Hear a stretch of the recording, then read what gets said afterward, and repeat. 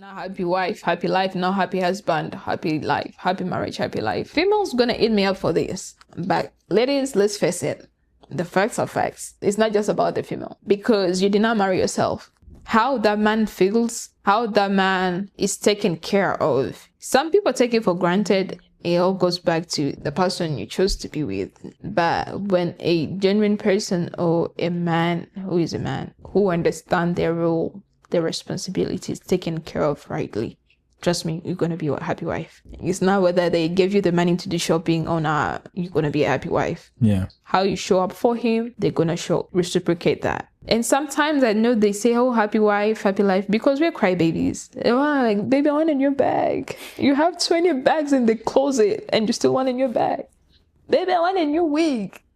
That's the concept of a happy wife, happy life is like, when I want something new, you buy it for me. When I saw my friend is having a new outfit, I also want a new bag. He gets it for me. I'm happy. But no, happy marriage, happy life. Because the concept of it is like, if my wife is happy, the home is quiet. No, if your husband is depressed and sad and emotional, that's why some men have anger issues. Because you're not going to stress him up and come ask him for a bag and you think going to give it to you. Atakupa lupi ya nyuma ujue kwenye atokea. Atakupa lupi ya ujue kwenye. You woke up with it, but we don't indulge in violence over here. I'm not saying that's a good thing, but no, you take care of each other to be happy. Morty. Limits don't exist till we put them there. What do you define singleness as? My personal definition is time to better yourself. Time to go to the gym, time to increase your vocabulary capacity, your intellectual understanding, everything, getting closer to God. Financial capacity? Everything. Like just better yourself. Which does not work for a lot of people. Because singleness to a lot of people is loneliness, brokenness. Mm. You know? Society puts it. And some people do feel like, I've had a conversation with a few people and they're single and they feel like unloved, unworthy. And I'm just looking at them like, there is more to it than that. You know? What do you mean by like unloved, unworthy? Unworthy? Like are they feeling that way? Yeah, they're feeling that way. While they are single? Yeah. But don't you think a lot of people feel that way? No, I think you'll be surprised that there's a good number of people who have found comfort in just being alone. I'm one of those people. I enjoy being alone. Babe, don't kill me later. I enjoy being alone, you know? Yeah. I enjoy being alone, and that was discovered or it came up from like the time of like I was alone after a heartbreak, finding myself, because I'm a very emotional person. It does not look like it. My siblings right now, when they hear that, they'll eat me up alive because I don't even like people touching me. Mm. You know, sometimes people talk and they're like, they're touching you or I don't like it. It's like a pet peeve of mine. It's like, keep your hands to yourself. Mm. But at the same time, I'm like a very affectionate person. I like showing love. I like showing care and stuff. But then I confused that with like being loved, genuinely being loved, or genuinely being cared for. Interesting. And when what I thought was love was taken away, it left me crushed. Okay. Crushed. You see, it left me confused, lost, depressed. I had a depression. It left me depressed, you know. But being single, there is more to it than just not having somebody or being in a relationship with somebody. So singleness is a stage of discovering yourself and wanting to know who you are. So, but also, okay, I think your understanding of love now is different than very different before. What was the understanding before and what is the understanding now? I don't know if I should say this because that was like a new thing introduced to me, or the idea of what I had of it. But the way people show up for you, the way people prioritize you and all of that, which it is true, like the way people show up for you, prioritize you, show how much they love and care for you. But you should not be so much attached to that, or your whole identity should not be in whether somebody texted you back or not, or called you or not, went 2-3 days without talking to you or not, and then you feel like I'm unloved, I'm unworthy, all of that. There is more to it. And my understanding of love now is like, I'm okay having people in my life who say that love me, who say that care for me. Some show it, some don't. And I can comfortably be myself, knowing that as long as I show up for myself, as long as God is still with me, that's more than enough. I'll find peace in my solitude, basically. That's interesting. Yeah. So what is the danger of like people who focus on singleness? So I think I wrote something here that is very interesting, and maybe you can give me your thoughts on it. So it's like, I think that that understanding of it is the desire for singleness a vice? And it's not a vice in its totality, but I think if it's driven by fear, right? I don't want to be hurt again. That's definitely a vice. It's kind of like become a bad thing. If it's driven by selfishness, I don't want to sacrifice for anyone. Avoidance, I don't want to grow in intimacy or vulnerability. Pride, I don't need anybody. Bitterness, relationship are pointless. You know what I'm saying? Like, Yeah. don't you think like most people who are kind of like going to that question, like, what's the danger of singleness? I think that is a rebirth of like all of this other stuff. Outbreak it comes from people who gave themselves and maybe give themselves a little too much to people, that when that person decided to depart from them, it shattered their minds, or shattered their hearts, and changed the whole perspective of what they thought love was.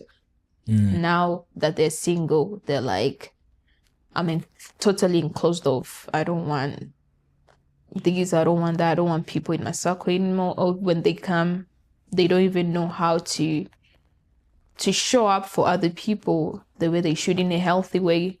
They don't know how to like love in a healthy way.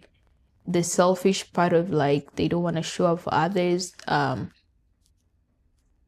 don't want to open up. And all of that, I think, to me, at least, the way I understand it, is like a rebirth of like the aftermath of what happens after a given point in their life, they get themselves and they were mishandled and they were hurt.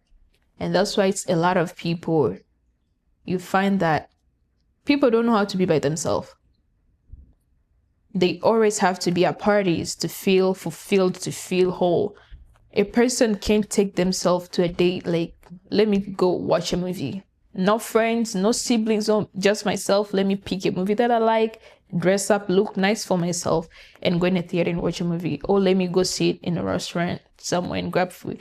I look nice and go out and be like, I took myself out on a date.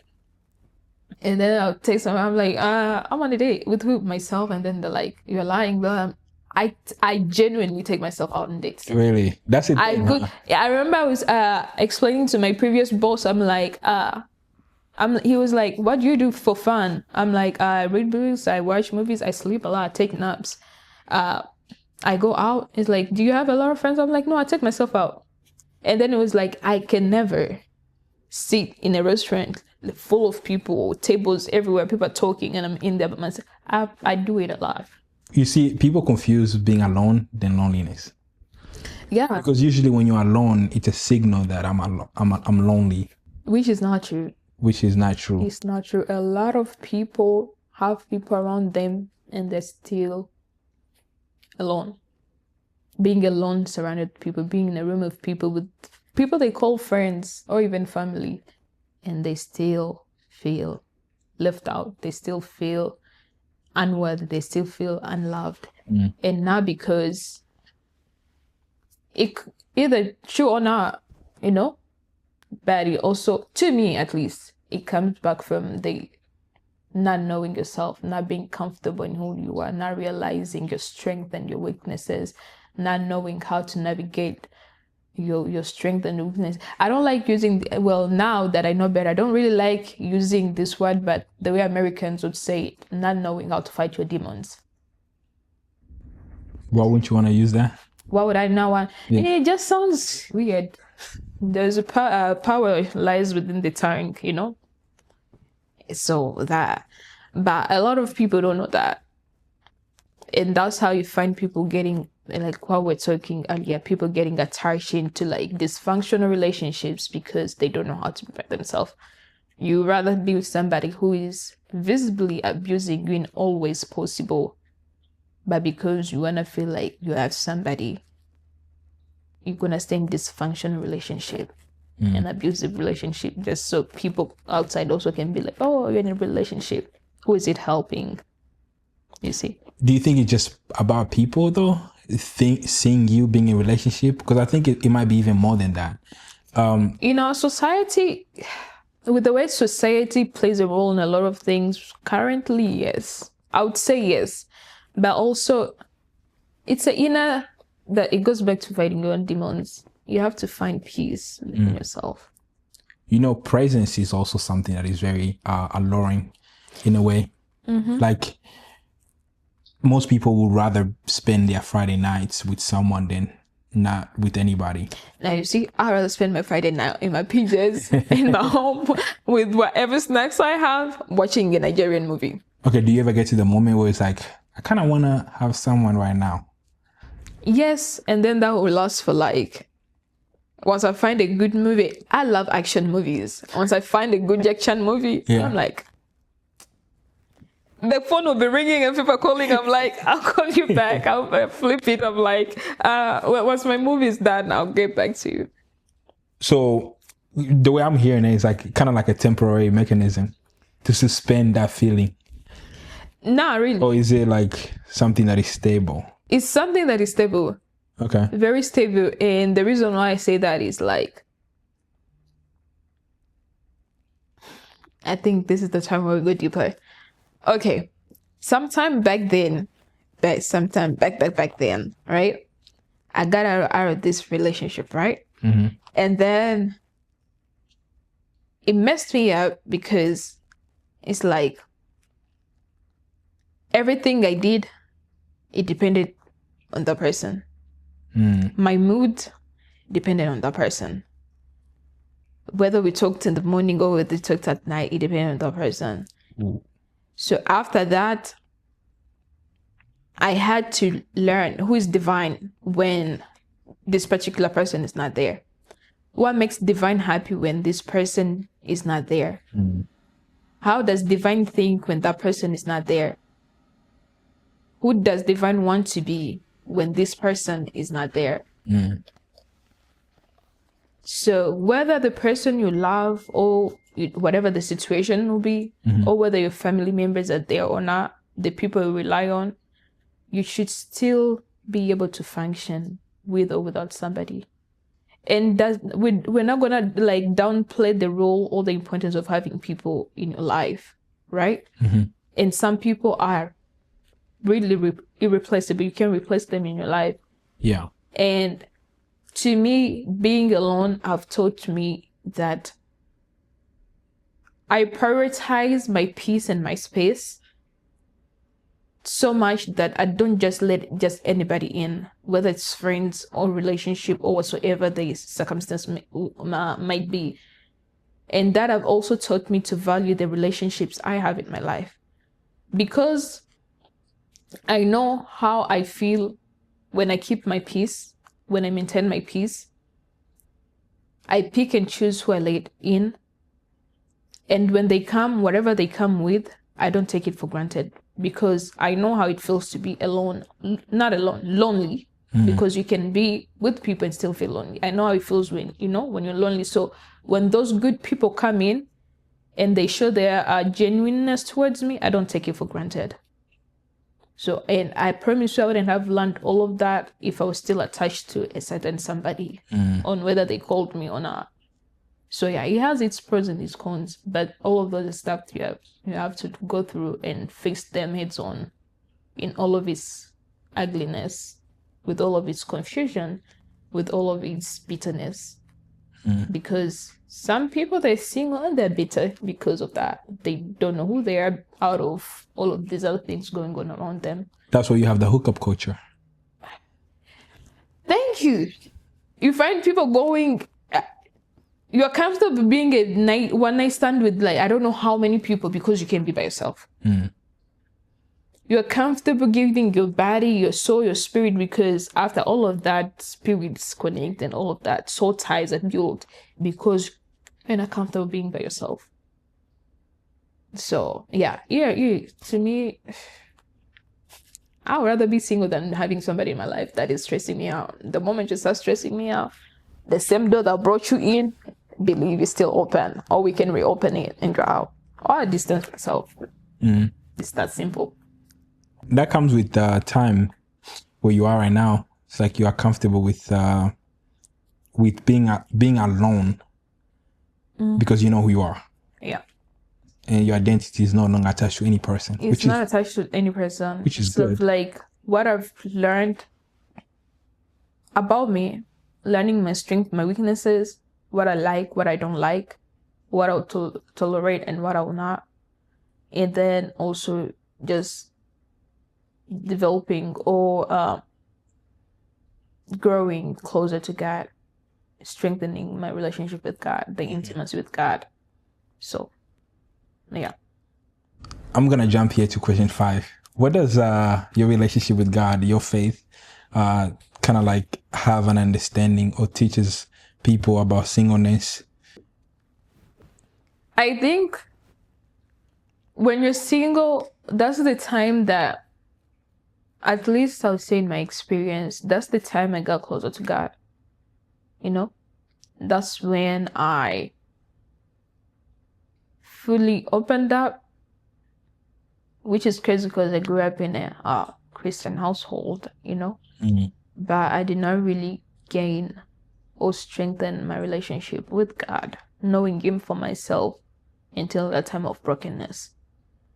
So a lot of Christians, or even the non-believers, I would say, we take the time of like singleness as in something to mourn, which is okay to like feel what you feel. It helps. Don't keep things in. But also look like at the bigger picture. What can you do in that time to like help you? As Christians, the time you could have used, let's say, being on a phone with somebody or trying to force yourself with somebody that don't even care about you, you pour that into reading the word and understanding more. Get to know, what does God say about you? How does God see you? You know? What values can you gain from knowing God? How does God want to work with you? Because sometimes I think He puts us in those uncomfortable situations to isolate us from distractions so we can walk in alignment with what He wants for our life. So all of that is it's shaping you. Sometimes they isolate us, or the single time it should be for you to like just focus, shift your mind on what is around and lock in. Yeah. I mean, that's what Paul said, right? I'd rather be single because then I can lock in on God. Thank you, mentioned that. A lot of people, there is this specific verse where it says like, it's better to be married than being single and walking last. So all of those stuff. Yeah. A lot of people are using that scripture to be in relationships that they know very well I did not want to be in, but because they don't want to walk in last, which to me it's like the intentions behind it is still wrong. So do you think you're really working or you're doing what God willed for you or wants for you? Because now you're not getting, yes, you will not be fornicating. That if that's the case, you're not sleeping with 20 people, you're married, you know, you have your partner, but you're not loving them the way you're supposed to be loved. But that's only if you think marriage can solve lust. Does it though? That's what I'm saying. That's only if you think marriage can solve lust, but I don't think marriage can. You can be married with someone and you're still dealing with lust. You're still dealing with all this. Very true. Yeah. Which is crazy because no, like people use that scripture for that. With lust, they could have focused on the time to be alone and let God work on them for the perfect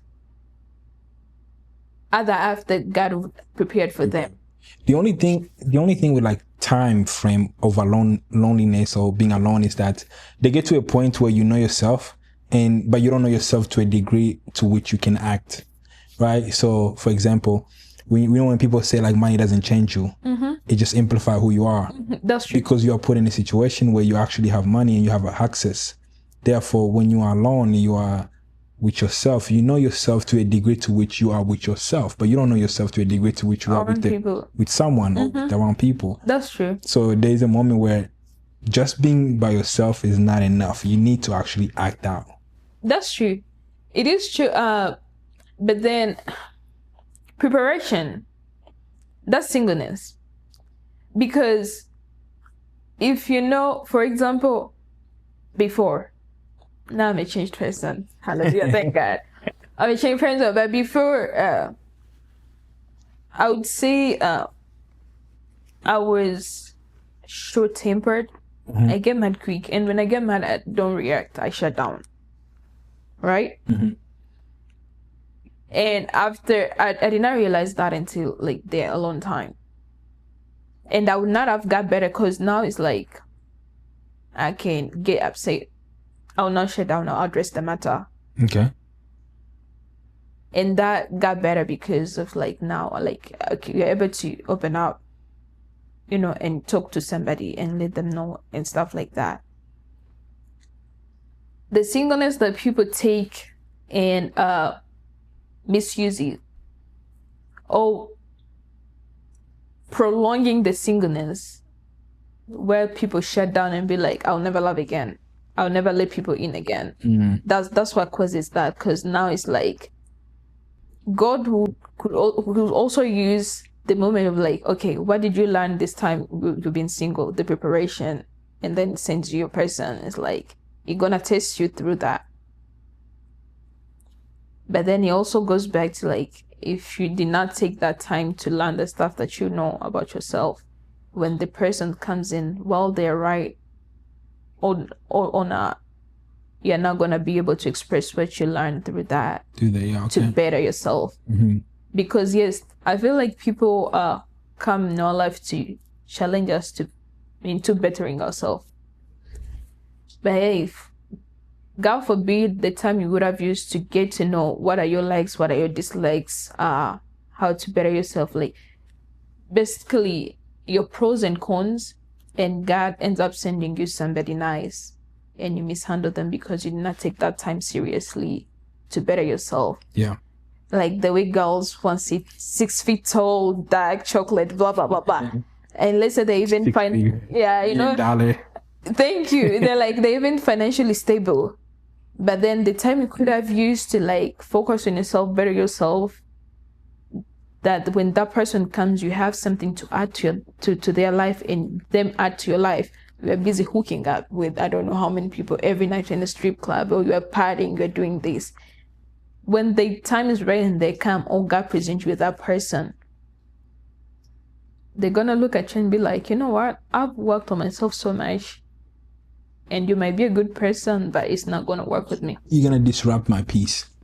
So that's the question with the Martin Red Pill guys ask, what are you gonna bring to the table? Well, thank you. And it used to piss me off, but then I understand it. Because right now, the way the society puts it, all the femininity is like, a man should be a provider, blah, blah, blah, blah, blah, blah. It is right. But what are you adding? And maybe the question should not be what do you bring to a table, but what are you adding to my life? If I have a business idea, can you support it? If I'm stressed and stuff is happening, can I come back and have peace? I'm big on peace because I love my peace. Anybody that messes with my peace, you're out. And I understand it from like a male perspective because we downplay of how important peace is to a man's life in this society where like everything happens. I feel like guys or like men in general, they're not so much in like opening up on stuff. Yeah. The last thing a person wants is just come and be quiet. Learn your person and just know like, okay, this time I can bug him about why you did not take the trash out. And this time I can just, I'll ignore the trash and just be there for your person.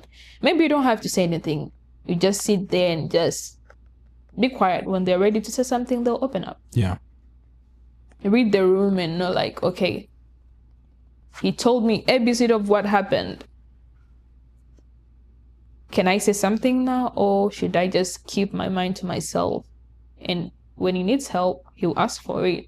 Or ask at least before you just blab whatever you have to say. Ask him, be like, do you need my opinion or not? If they need it, they'll agree. If they don't, they'll be maybe not now. Women are good at expressing themselves, I would say. Men are not so well. Some yell. That's not expressing yourself. Well, that's an expression of emotion. Right? But you're yelling, how is that going to solve anything? It's like, express yourself to a point where we find a common ground and, resolve the problem, not to just give me a headache. That's the nuance though. Like women communicates for the sake of communicating an expression of emotion. But men, they communicate differently. Men communicate with precision. It's like, I want to solve the problem. I don't care about the nuances. I just want to go directly to the problem and solve it. But a woman, like she will go in circle arguing and missing the point. You saw that? Which is funny because my best friend Glody always tells me, you think like men. That is not good. I'm like, what you mean? Because then it's like logics and emotions. Like you have to soften up and be more like a female. I'm like, what does that mean? Express your emotions, be chaotic. I am very emotional. I cry. Like if somebody pisses me off, if we're having an argument and I'm not saying anything and I'm sitting there and I'm crying, run for your life. Run for your life because whatever I'll say after that, you think you hurt me, you're going to be broken. I'm not proud of that. It's not something to be proud of. But that's the point though. But yeah, exactly. It's like, and then it will not even be like, I'm just blabbing. Then I did show you my emotions. I cried. You made me cry. I don't know if you're happy about it or not. But then the switch after that, I'm going to read everything from A to Z. And then that's now, my emotions are switched off, is now logics. Is explanations with facts, with proof. That's when he tells me like, you think like men, and that's not nice. And I'm like, I showed you, I was trying to be emotional. I told you, babe, this hurts me, or whatever, this ABCD, and you're like, that was not good enough for you. So now we have to put it in the language that you understand. And he's like, you're a female, you can't do that. I'm like, that's what guys understand. Okay, I see what you mean. Well, some guys. It's also depending on people. Everybody's different. But you see. Yeah. But yeah. That's interesting. It's like one of the things about kind of like going back to what you were talking about, singleness as a preparation. And I think that is true to an extent where singleness is the goal. I mean, marriage is the goal, right? Mm-hmm. So singleness is preparation because marriage is the goal. But, like I was trying to go back to this, kind of like trying to play the devil's advocacy in this terms where Paul say, I'm okay being single and I'm cool with that. And my goal is to be in relationship with God. And some guys will also be in the same way where my goal is to be in relationship with whatever it is that I'm creating rather than being with someone. So is singleness really just a preparation or just a season? Because I don't think to a degree to which preparation is predicated on what you're trying to achieve, right? you are preparing best within the framework of what you're trying to achieve. We can put it this way. It's a season of preparation. Let me explain. All right. Yeah. When you're preparing for something, like you say, that is based on the goals that you want to achieve, right? Let's shift it from like the relationship aspect. Let's put it in the, let's say, career or business aspect of it. The time that you could have used to go party and do I don't know what, just because you're shedding your emotions in and all of that, you're refusing to face what is bothering you, is a time is like you could have see a therapist, let somebody help you if you're not comfortable opening up to, like, you know, your family, your friends, whatsoever the case may be. And they help you understanding what's hurting you, how you can like resolve it, and how you can improve. In most of the cases, the therapist will be like, find a new hobby or find a new skill. You don't know how that skill could have helped you after that season of preparation solitude, of heart. Yeah. You don't know how, like, you picked up this hobby because you are hurt and helped you to heal or to adapt to something else other than being focused on what a person did or how they broke you.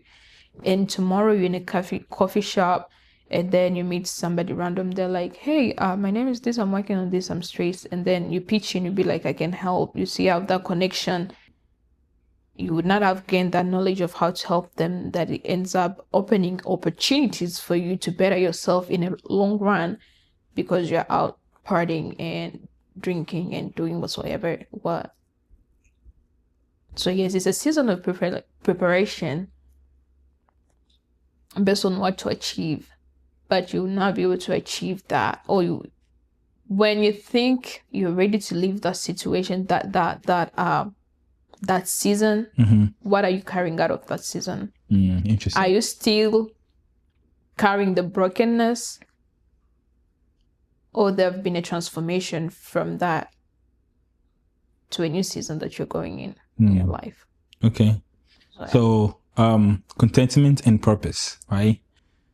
Let's talk about purpose. I think the question was like, how do you discover purpose in that season, or what is purpose in that season? I think you discover purpose in that season. That's a little bit bigger to just you as an individual. I think that's where you reconnect with God. You go back to the manufacturer and figure out the settings. The setting within the algorithm. You show him, you pour yourself out, because get to know what he wants for your life, because he already has something that he prepared for your life. The Bible tells us in Jeremiah, like, he has plans for us, plans for good, not for evil, plans to better us. In that time where you don't know what is your purpose is, in that time of brokenness where you feel like life is meaningless, you go back to who made you and be like, I messed up and I'm facing the consequences of that big time. What do you want from me, or what am I supposed to be doing? What do I do next? I think purpose is just goes back to you reconnecting with God if you are disconnected. And if you are not connected at all, try it.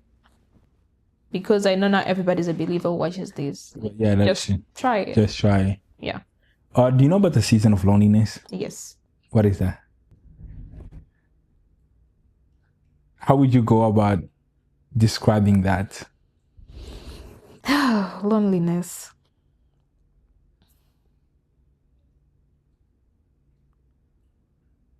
Solitude. That's the simplest way I can put it.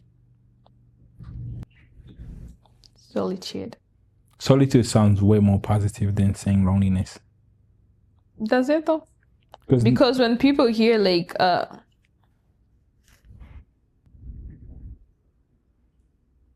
you are, you're just, I would think of it in like, what do they used to call them in high school? The corner where the teacher puts you when you misbehave. Detention or something? Yeah, something like that. No, they had, I remember. Time out, Nobody likes being in time out. And most of the time when people feel lonely, that is like, to some extent, it's like a timeout. Simply because it's like, loneliness, but a lot of things. People get depressed because they feel lonely. People get anxieties and all of this trauma because they feel lonely. People can have people around and still feel lonely. So it's more than just having people or not having people around. It's a feeling that, at least to my understanding, that if you're not careful, it can even lead you to your early grave. Depression. We've been there. Go back to that. We've been there. You see how kind of like the definition of loneliness becomes so specific is that you can be with people and still be lonely. So loneliness is not about presence of people. It's not. But I think it's more about attention towards you. So do I feel like someone sees me? Yes. The way I see myself. And I think that's what it is. It's like, if you're in a stage of loneliness, it's mainly because you feel like no one sees you in the way that you want to be seen. What do you think? I think you're right. Because at some point, it's like, somebody can come and tell you, oh, you're beautiful, you're smart, you're handsome, you got everything figured out. And maybe it's true. But because they're not operating or they're not saying it in the language that you understand or you want to be understood in, it will not mean a thing. That's why they say when you're loving a person, love them in their love language, not your love language. And you hope they love you in your love language. Yes. It's like, if what makes me feel loved or what will not make me feel alone is somebody to just say, you don't have to say anything, just sit there and keep me company. But then basically quality time. And then you are sending me flowers and all of that just to remind me that you care and you love me. I'm still gonna feel like, thank you, it's a nice thing, I appreciate it, but it's not what I need, or it's not seen. I'm not seen. Yeah. You did not understand what I needed. You did not understand how I expressed. And some people I've had this conversation whereby they're like, when I express my emotions and this and this and this, I want the validation that you understood me. I want you to tell me that this is, for example, if like they were offended, I want you to tell me, okay, this is not what I meant.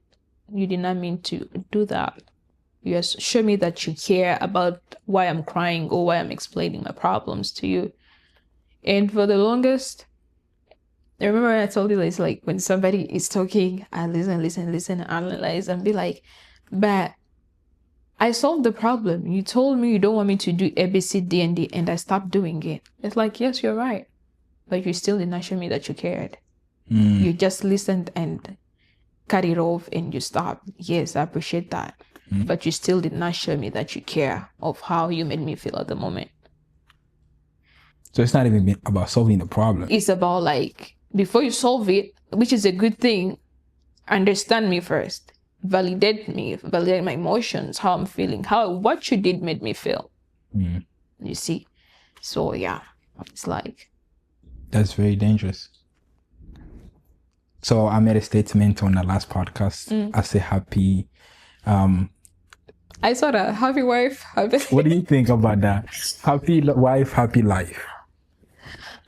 I think happy marriage, which goes back to like Happy marriage, happy life. Yeah, happy marriage, happy life. Not happy wife, happy life. Not happy husband, happy life. Happy marriage, happy life. I like that. Happy, yeah. Thank because it's not just about the wife. And I know why people say that. That it goes back to what we said earlier. It's like we've taken on so much of the American culture that we're forgetting what matters or what's important. That females gonna eat me up for this, but ladies, let's face it, the facts are facts. It's not always, not even always, it's not just about the female, because you did not marry yourself. How that man feels, how that man is taken care of, some people take it for granted. It all goes back to the person you chose to be with, you know. But when a genuine person or a man who is a man who understands their role, their responsibilities, taken care of rightly, trust me, you're going to be a happy wife. It's not whether they give you the money to do shopping or not, you're going to be a happy wife. Yeah. How you show up for him, they're going to reciprocate that.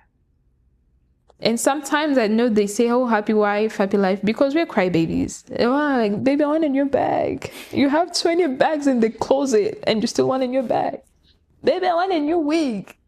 That's the concept of a happy wife, happy life. Is like, when I want something new, you buy it for me. When I saw my friend is having a new outfit, I also want a new bag. He gets it for me. I'm happy. But no, happy marriage, happy life. Interesting. I like that. Yeah. Because the concept of it is like, if my wife is happy, the home is quiet. No, if your husband is depressed and sad and emotional, that's why some men have anger issues. Because you're not going to stress him up and come ask him for a bag and you think going to give it to you. Atakupa lupi ya nyuma ujue kwenye atokea. Atakupa lupi ya ujue kwenye. You woke up with we don't indulge in violence over here. I'm not saying that's a good thing, but no. You take care of each other to be happy. I like that. You take care of each other to build. Yeah. Yeah, so happy marriage, happy life. Yeah, I like that. I like that because there's a lot of way you can look at it, and many people are usually, because it's a cliche statement. It's like, it is. Happy life, happy wife, and everybody's like, you really don't believe in that? Like, I'm getting text messages, you don't believe in that? And I'm like, I don't. No, I don't. Think about it, right? My happiness is contingent upon your happiness. I can't manufacture how you feel. I cannot control how you feel. I could do everything right, and you're still not gonna feel right. Because you don't even know yourself. You don't know what makes you happy. You don't even understand yourself. And so why should I depend my happiness upon an uncontrollable factor? Okay, I think also it's like other people, how they see it. Well, to some guys, I don't know about you. I think it also goes to the like, when they do something for their lady, and they see the excitement on their face, on her face. Yes, we do get gratification. That makes yes. Thank you. So men I think get gratification from serving. Yes. They also like, I think that's also how they attach with their happy wife, happy life. It's like, I did this for my person. She was happy. It makes me, I know a particular somebody, when they do something for me, the way I react to it, if it made me happy, they're happy. Made their day. Perfect. This is the thing I was talking to someone. They say, as long as you're happy, I'm happy. And to me, I even agree with that. I believe that as long as my woman is happy, I'm happy. As long as my kid is happy, I am happy, because I'm acting in my responsibility. Yes. And when I act in my responsibility, in my purpose as a man who provide, take care, show you love, care for you, and doing all these things for you. And when you give me that sense of gratitude, sense of respect because of what I've done, I am happy. But you see how transactional it becomes? That is happy marriage, happy life. Yeah. It's not just because of what, because you did, and then she's happy, but Even after doing all of that, yes, she's happy, you have a smile on your face, and then she did not even show a little bit of appreciation. That's gonna crush you. That's gonna crush you. You see? So even if she's happy, but it doesn't affect you, it's not happiness. Yeah. But my issue with it was that my happiness is contingent upon someone else's happiness. The only reason why that's dangerous is because I cannot manufacture someone else's happiness. Like, I cannot control how you feel. At the end of the day, you are a grown woman. You're gonna feel whatever you want to feel. That is I could true. do everything right, and you come home one day, I buy you. You say, babe, I want this new bag. I get you a bag. You're happy. You're excited, and then someone did something at work that upset you. I had no control over that. So the whole house, my whole life is gonna crash down because you know what I'm saying? True. Yeah, that was the whole thing. My point was like, it's true in some sense where if I show affection to you and I provide, I contribute, I influence your sense of happiness, that's amazing. It is. That one, nobody really can. People should be able to add on your happiness, not to make you happy. Yeah, contribute to it. Yeah. Your husband, your family, your friends, they should be able to add to that. Find what makes you happy. Me, movies, food makes me happy. Somebody tells me, when will you drop food and touch God? Every time I'm like, I'm eating, it's like, when will you drop food and touch God? It makes me happy. You see? Going out for walks makes me happy. Now, if you come and see a person that they know, like, okay, what are you doing? I'm like, oh, I went out for a walk. They already know that. They respect that boundary. They'll give you that time and be like, okay, does this a time for this person or my person to do something that makes them happy? And when you come home, you went to take a walk, they're waiting with you at the door with flowers or maybe even snacks. That's gonna make you more happier. It's like, I'm coming from doing whatever I wanted to do, and this, thank you, babe. Yeah. Perfect. But you don't know what makes you happy is waiting at the door with flowers and everything. Like, come on, you see? It goes back to knowing yourself. Is like, when everything else is not there, who is you? What makes you you? What makes you happy? How do you take yourself out of this stuff, like spaces, like those dark spaces? What brings you out? Because yes, we feel what we feel, which is good, but if you sit in it for too long, you're opening up the door for the enemy to add more stuff into you, to feed on that or to build on that. Yeah. Because believe it or not, your boyfriend, girlfriend, your husband, your wife, they're not always going to know. Unless you open up and tell them, they don't know what's going on here, they don't know what's going on in here. They can only work with what you give them. And sometimes even after explaining everything, sometimes it's just not going to make sense. You have to know how to bring yourself out of that. If you're a person that your mind works better by like doing other things, pray, go do other things, because if I continue sitting in a dark room by myself and I see pills over there, I'm gonna pop them to end it. That's not good. So know yourself, know what are your triggers, and if something's working towards you, it's gonna be a trigger to take you back to a place you did not want to be. How do you distance yourself from it? Respectfully, just give it way, let it pass, and change your direction. You see, like, okay, a person comes in your life and then they're like very social, very outgoing, that's not your kind of thing. If their dependency on you going out with them all the time, that's what makes them happy, that is their happiness, you're gonna crush them because they took different personalities. But if they're comfortable knowing that, okay, this is what I like doing, my person likes doing this other thing, we love each other, we support each other, it's not a full codepending on each other, that if they did not go out, we can go out and are miserable and they're feeling the way they're feeling. But knowing that, okay, this time I can go out, do my own thing, be social, meet my friends, blah, blah, blah. Respect the person that I left home because that's not their kind of thing. Respect what we have going on. maintain the boundaries and stuff. And while she's home reading a book, taking a nap, wherever he is, she's also having that time, or he, they're doing what they enjoy to do. And then later, after you come back, you talk about it. Oh, how did you like? Did you enjoy it? Did you have a good time? You are both happy. Yeah. And you also have something to talk about. You're both happy that if I have to drag you every time I go out, some of us, we don't like being outside.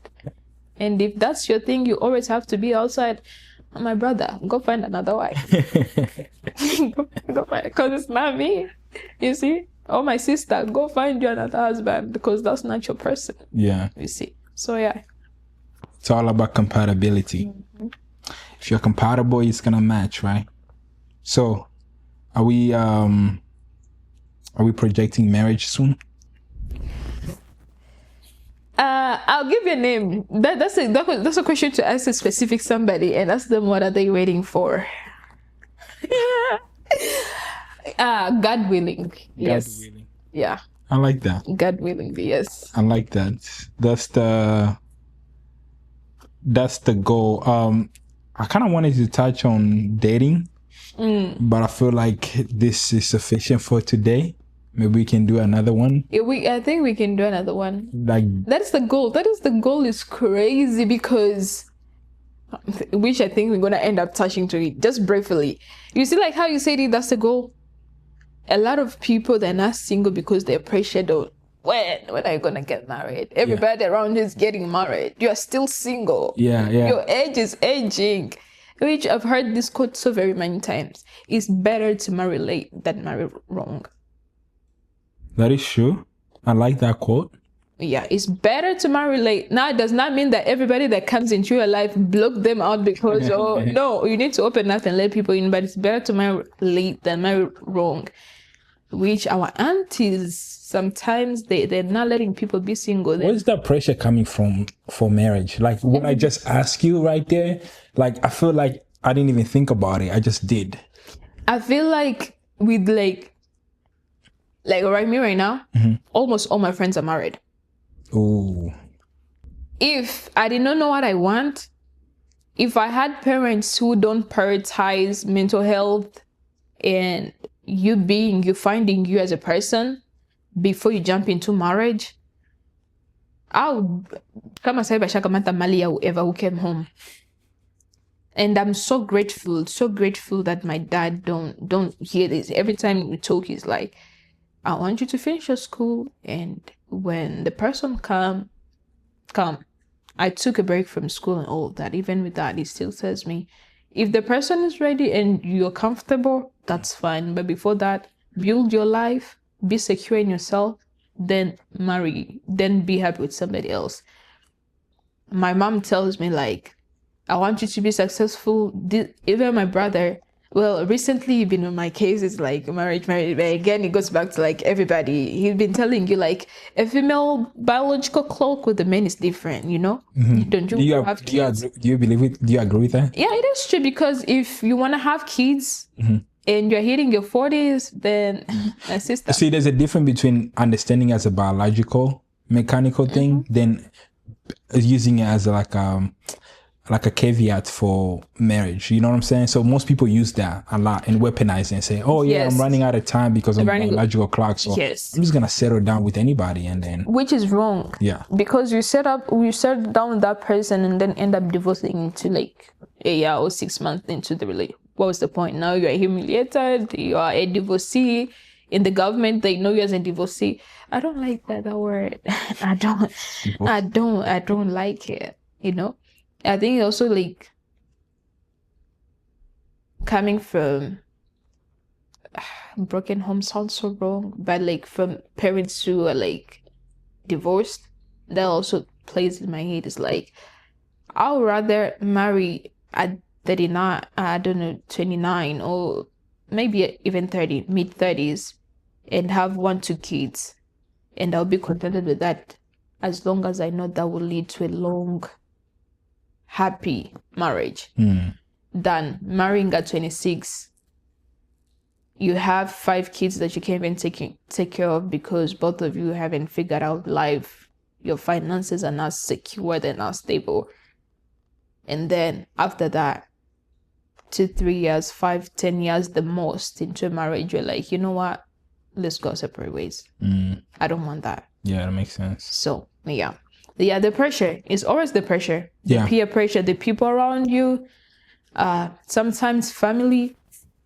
Sometimes it's just like maybe even like the people are not saying anything, but you're seeing everybody around you is getting married. The pressure.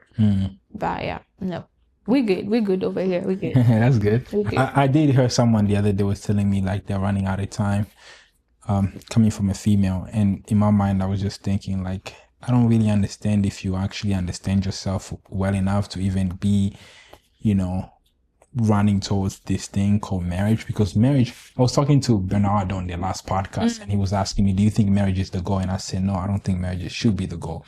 No, I it's think not. ending with a person at the end of your life, where for better for worse, that should be the That's the goal. vow. The better for worse, that should be the goal. To death do us apart. And if that is the goal, it's a different perspective than I just want to marry for status. I just want to marry for the looks. Which a lot of our brothers and sisters, that's what they're doing. Specifically African culture. Thank you, Congolese. That's what a lot of people are doing because the status of it, the weddings. You know, I have been telling you on a small wedding. Yeah. I would rather have 50 people at my wedding that genuinely care for me and love for me, and know that after that day, I'm gonna have a very happy marriage. I'm gonna be happy. My children gonna have a good life. They're gonna look at us and be like, Mom and Dad, they love each other, they care about each other, and they learn from that and go be better humans. You know, they have a good foundation at home than spending. I'm not against big weddings. Everybody, they can do what they want. If that's what gives you joy and you have the money for it, instead of taking loans and divorcing 2 years, and now they do, Jesus you know, and do all of that just to end up not together after 2 years. If you have the money for it and that what makes you happy, you have my blessings. Do what pleases your heart. But what is after that? After that day, after those few hours of dancing, everything, the real deal when it comes, how are you going to navigate that? You see? That's deep. Divine. Who are you? Who am I? Yeah. I'm divine. Wonderfully, faithfully, fearfully made. Nice. Yes. Thank you so much for coming. Thank you for having me. Yeah, I feel like we touched pretty much everything we wanted to touch on. Thank you for having me. Next time it's going to be dating, right? Dating? Hey, I'm here for it. I'm here for it. Like Godly dating and modern dating. modern.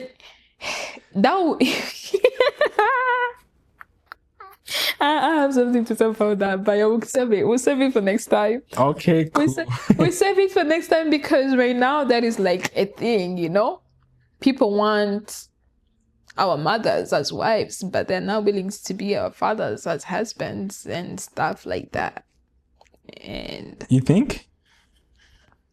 men want 50-50. Like, what the hell? And not 50-50 in terms of like you're providing for the family, I'm your support system. That is 50. That is the, I would say, Haitian day 50-50.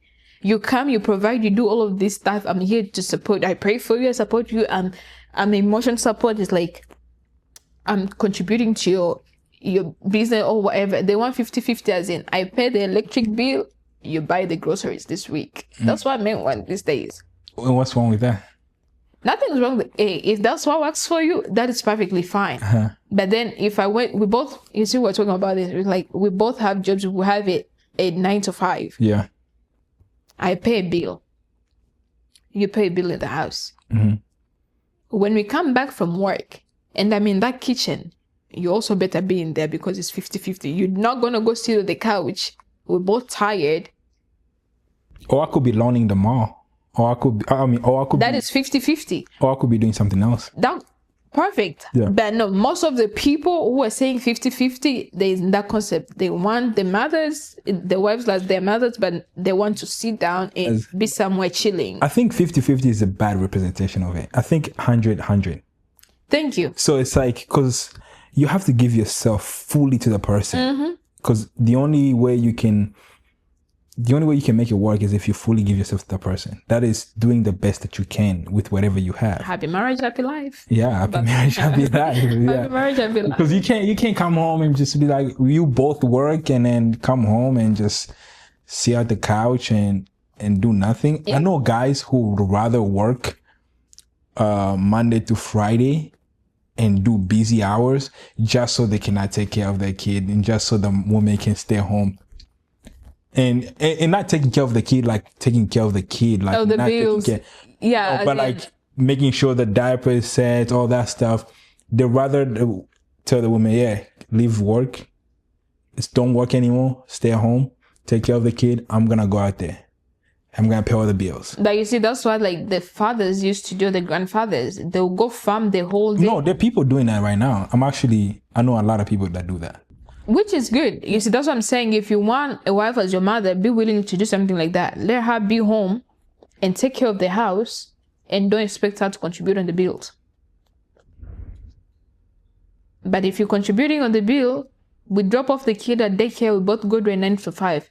When I come back home, I have to take care of the kid, clean the house, cook, and you're just relaxing because you came from work.